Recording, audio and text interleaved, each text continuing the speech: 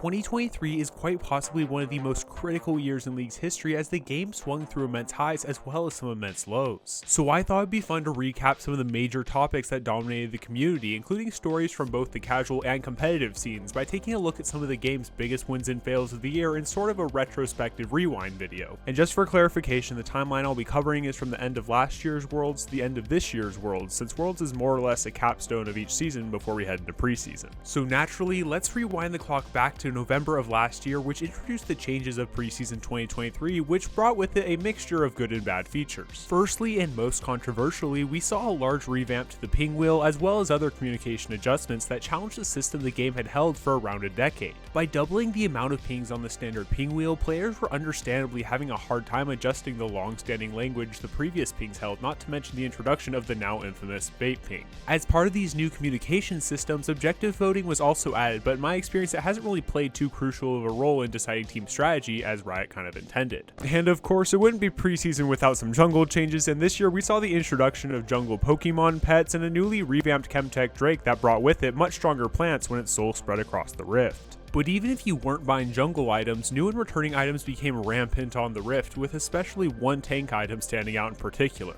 And if you weren't seeing enough Heartsteel on the Rift, you certainly got your fair experience of it on the newly updated ARAM map with hex gates, updated terrain, and falling towers, which were later removed because, yeah, those were rough playing against. Overall, the preseason itself was kind of a mixed bag of wins and fails, but let's just say things went really downhill really quickly from then on out. Officially crossing into January, the esports scene faced one of its first major controversies of the season, with host James Dash being let go by the LCS after being basically the face of the league for the better part of 10 years. He was not spoken to prior to his removal, nor did he have any say in the matter, despite being one of the most loved hosts across all of League's esports scenes, and this was only worsened by the fact that he was very clearly devastated and wanted to be hosting the broadcast still. And for context on how insane this firing was, he would even go on to receive the award for Esports Host of 2022 at the following esports awards shortly after. Though he made a few brief appearances throughout the season, him not even being invited to international tournaments either was saddening for Western fans across the world, and this still wouldn't even be the biggest LCS trauma of the year, as we'll be getting into a bit later. But now let's get into one of the biggest disasters in League's community history. Every year, Riot puts out an amazing cinematic to kick off the year with insane animations of our favorite champions, bringing the world of Runeterra to life, and it's one thing they have never failed to deliver on. Until this year. The Brink of Infinity cinematic is quite possibly one of the most hated things that Riot has ever produced, and it became the straw that broke the camel's back when it came to player frustrations after a pretty stale 2022. This Unreal Engine showcase with a few champion voice lines fell so below expectations that Riot had to formally apologize for it, which, while they had their reasons, it was still a jarring drop from the insanely well-made cinematic The Call the year prior. And to combo in a third fail in a row, not even just a couple weeks later, all of Riot's games, not just League, were breached and essentially held for ransom by online hackers. Riot put out a statement saying that the impacted areas were largely systems in our development environment, which thankfully meant no personal information was at risk, but even still, this situation still creates problems. On the smaller end, new content was delayed briefly, but more seriously, this breach also meant that people could more easily find ways to work around the anti-cheat system and have access to experimental features that may never be implemented. The only real positive that even came out of the situation was Riot being able to hold their end of the bargain and their promise to be more honest and upfront with players after the disaster that was the 2023 season cinematic.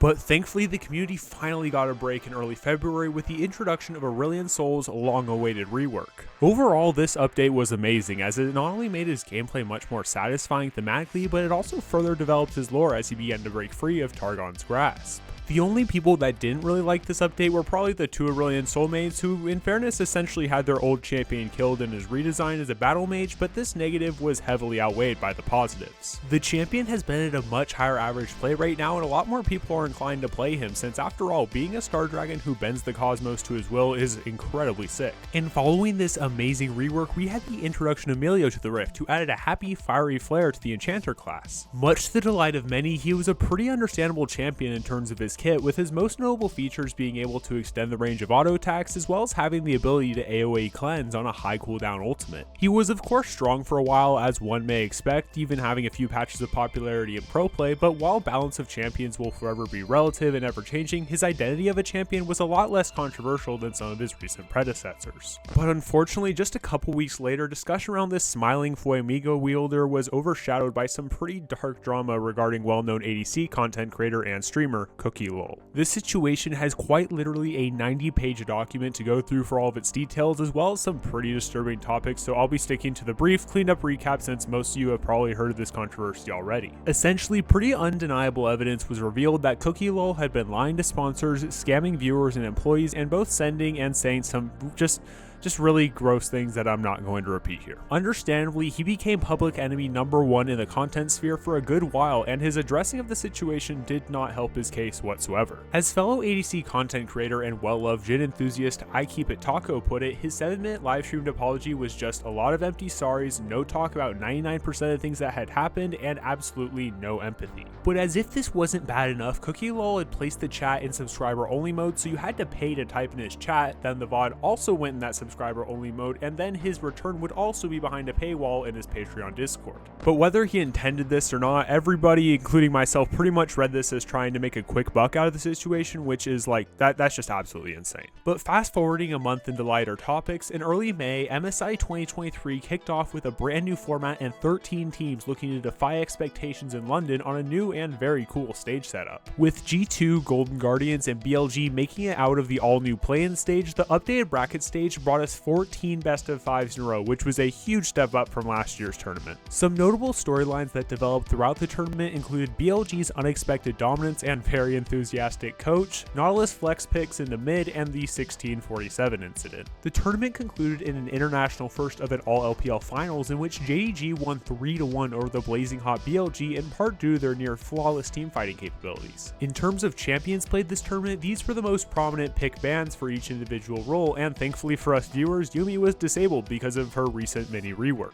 Also receiving a rework a day after MSI started was Nico, who probably got one of the most fun gameplay updates in the game's history. Changes included her abilities now dealing more damage to monsters, controlling her W's movement, and her R no longer having a shield but now instead having an airborne. Oh yeah, and she got a really hilarious passive too. Now, in one of the largest esports stories of the year, even outside of the league sphere, the LCS players held a walkout before the beginning of the summer season, and if you aren't familiar with all the logistics of this whole thing, here's a brief breakdown of this very complex situation. When franchising, or buying a spot, in the LCS was introduced in 2018, it was initially a requirement for all participating teams to also have a minor league or academy team. As money continued coming into the region, organizations realized that it was better to acquire imported players from other countries as they had proven success and were now affordable with said money. But as a result, organizations began to focus less on fostering their academy talent, and all teams eventually voted to remove the requirement to field these academy rosters since they were costly and not really providing that much value to the teams anymore. However, the players and members of these teams had no say in the decision, and once they got booted with basically no warning, the LCS Player Association agreed to a walkout in protest of not being able to share their input. After a messy few weeks of requirements to join the league being dropped entirely in search of anyone to replace these striking players, Riot eventually delayed the summer split 2 weeks to figure everything out. Eventually, both sides struck a deal that was satisfactory enough for players to go on stage once again, but still discussions are being had about more permanent solutions in this matter. However, the big win for the Players Association that came immediately afterwards was that Riot agreed to give them a seat at the table for future decisions like these, as well as additional protections in cases of layoffs. Now, a lot of the players' demands were unfortunately not met in this case, but at least some progress was gained, and the conversation is of course still ongoing. And returning back to the general player base, to kick off June, we had one of the year's more anticipated changes in Rel's rework, which proved to be a success in bringing her play rate up in a support role, but also as a jungler. Some of the new elements of this revitalized champion included a stun on Q, a brand new E, and an overall ability to be more self-sustainable, something especially needed in her efforts as a newfound jungler. And transitioning from the horse to the goat, let's fast forward to early July, in which Faker was benched relatively early in the LCK split due to an injury, leaving big shoes to fill for T1's backup mid laner, Poby. Faker thankfully didn't have any significant abnormalities with his right arm and hand, but he opted to rest to avoid any risk of further injury, especially since there were already many times where he couldn't even lift his right arm. But while Faker healed, T1 suffered, as understandably, Poby wasn't quite at the level of the best pro player of all time, especially while the team was already struggling internally.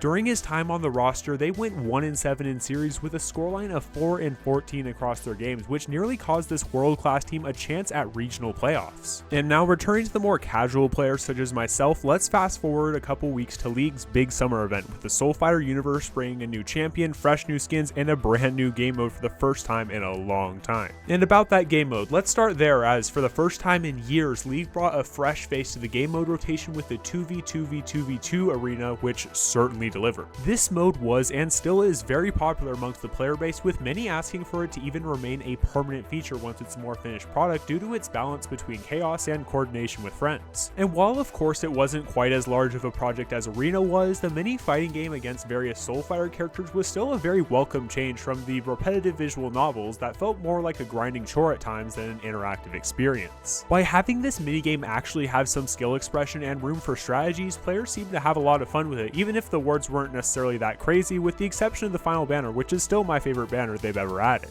This event was much more immersive than ones of previous years, and of course brought with it some really well made anime inspired skins, with only one glaring and now very well known exception: Soulfighter Samira. Now this skin is very cool and has a lot of detail poured into it, but the main problem for players was that it had a price tag of an ultimate skin, despite it being more or less just a really good legendary skin. With $30 of course being a lot to invest in for an in-game cosmetic item, players were understandably vocal about this skin's features not living up to its costs, especially since a similar situation arose with Gunga's misfortune a few years ago, which caused her price tag to be dropped. Much to the vocal chagrin of the players, however, this time around they wouldn't be so fortunate, as the price remains unchanged to this day, which I disagree with, but it was nothing compared to the atrocious incident that would follow less than a month later. Before we talk about that though, let's quickly run by July's introduction of Nefiri, who was the first monster champion that we'd had in quite some time. Nefiri's release came with an incredibly well made cinematic and overall generally pretty positive reception from the community due to her maintaining a pretty straightforward style as an assassin. And as an added bonus, her introduction to the game brought with it additions to the ever popular lore surrounding the Darkins. The main gripes about her release, however, were in regards to her surrounding pack, as they became a bit visually cluttering and people were hoping to utilize more control of a dog pack as opposed to a champion that just had minions. Even still, people were generally pretty pleased by this release and once again felt that Riot was doing a good job of adding an interesting yet straightforward champion that didn't have an absurd amount of BS in their kit. But one thing the community definitely got up in arms about shortly after, however, was the creation of the now infamous $200 Dark Cosmic Eraser Jin Skin. Especially coming off the back of Soulfighter Samira's pricing problems being a sore spot for the player base, this new skin for Jin could only be obtained through capsule gambling and was only guaranteed after a whopping 30 capsules were bought. What made this situation even more atrocious though was the fact that this skin was literally just a chroma of Dark Cosmic Jin that had a massive price tag on it to make it quote unquote exclusive.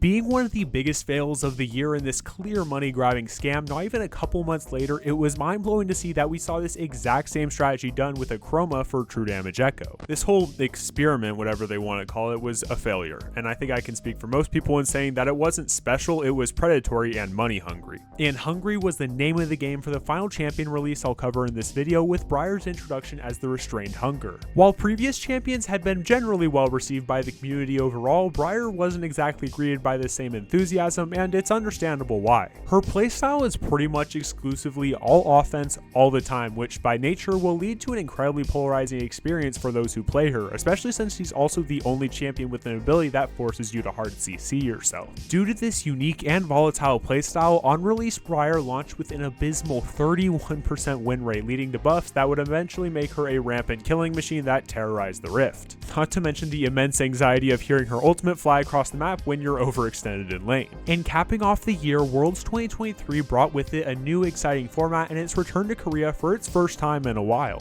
The tournament kicked off with the all-new Worlds qualification series, in which BDS rolled Golden Guardians 3-0 thanks in part to BDS top laner Adam showcasing his gods picks. Fans were then treated to an explosive play-ins in which there were 3 pentakills, the third ever 3-2 reverse sweep in Worlds history, and a very excited and lovable coach for Gigabyte Marines. Once all the teams were locked into the Swiss stage, viewers, co-streamers, and spectators all fell mercy to the now infamous ref to see the fate of their teams with some very entertaining draw shows. Some notable moments from this first chaotic Swiss stage included Gigabyte Marines unexpectedly knocking out TL, NRG's surprising run to the quarterfinals, and Caedrel being exposed for where his true allegiances lie. Entering the quarterfinals, we had 4 LPL teams, 3 LCK teams, and NRG representing the West, with 2 3-0 stomps, a denied reverse sweep, and a game-winning cannon minion shot. As for the semifinals, BLG versus Weibo turned out to be probably the best series of the tournament, and T1 ended JDG's shot at the Golden Road with some absolutely insane levels of gameplay. With the Shy versus Faker in the finals, this series became the most watched series in esports history, and even though it was an unsurprising 3-0 sweep by T1, there were still cool moments like the opening ceremony that featured new jeans, old songs, and Heartsteel. And as for the tournament's meta, these were the most popular champions in each role, and I felt that this year they did a pretty solid job of having a less stale meta for pro play standards. Though of course this wasn't all the crazy stuff that happened this year, these were some of the major stories I thought would be important to talk about. But